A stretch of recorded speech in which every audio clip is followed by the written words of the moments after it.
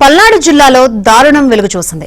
మైనర్లకు గంజాయి డ్రగ్స్ ను అలవాటు చేసి వారితో దొంగతనాలు చేయిస్తున్న ముఠా వ్యవహారం బట్టబయలింది. నరసరావుపేట వరవకట్టకు చెందిన అన్నదమ్ములైన షేక్ షారు, ఫారూక్లు అమాయకులైన యువతకు మత్తు పదార్థాలను అలవాటు చేసి చోరీలకు పాల్పడేలా ప్రోత్సహిస్తున్నారు. వీరి చేత సెల్ ఫోన్లు చోరీ, గంజాయి రవాణా వంటివి చేయిస్తున్నారు. ఇప్పటికీ 150 దొంగతనాలు చేయించినట్లు పోలీసులు అనుమానిస్తున్నారు.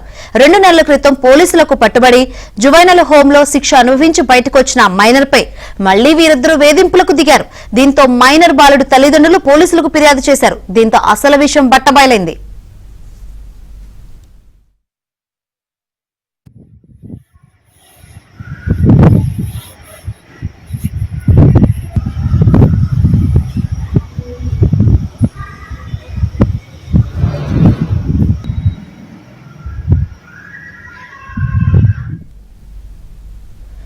ఇదే అంశం సంబంధించి మరిన్ని వివరాలు అందించేందుకు మా ప్రతినిధి సాంశివరావు సిద్ధంగా ఉన్నారు. సాంశివరావు, శంకరి, పల్నాడు జిల్లా కేంద్రం నరసరావుపేట కేంద్రంగా గంజాయితో పాటు చిన్నపిల్లలకు మైనర్ బాలురకు గంజాయి డ్రగ్స్ సేవిస్తూ వాళ్ళ చేత దొంగతనాలు చేపిస్తున్న ఒక ముఠాపై ఈ రోజు కుటుంబం నరసరావుపేట పోలీసులు ఫిర్యాదు చేసింది. వరవకట్ట కేంద్రంగా జరుగుతున్న ఈ దందాపై కూడా చర్యలు తీసుకుని తమ బిడ్డలను కాపాడాలంటూ కూడా తల్లిదండ్రులు ఈ రోజు నరసరావుపేట పోలీసులు ఆశ్రయించారు. వరవకట్ట చెందిన షారూక్ అనే సోదరులు ఇద్దరు గత కొంతకాలంగా ఆ మైనర్ పిల్లలకు గంజాయి డ్రగ్స్ సేవించి వాళ్ళ చేత సెల్ ఫోన్లు దొంగతనాలు, బైకులు దొంగతనాలు చేపిస్తున్నారు. ఇప్పటి వరకు 150 వరకు కూడా వాళ్ళు షారూక్ బ్రదర్లు దొంగతనాలు చేపించినట్లు కూడా పోలీసులు ప్రాథమికంగా నిర్ధారణకి వచ్చినట్టు కూడా తెలుస్తుంది. ఆ బాలుడు సెల్ ఫోన్ గంజాయి మత్తులో సెల్ ఫోన్ దొంగతనాలు పాల్పడి జువైనల్ కోర్టుకు జైలుకు వెళ్లి వచ్చిన తర్వాత తిరిగి ఇంటికి వచ్చి తన ఆ వ్యసనాలన్నీ మానుకున్న నేపథ్యంలో కూడా తిరిగి జైలు నుంచి వచ్చిన తర్వాత కూడా అతన్ని గంజాయి సేవించి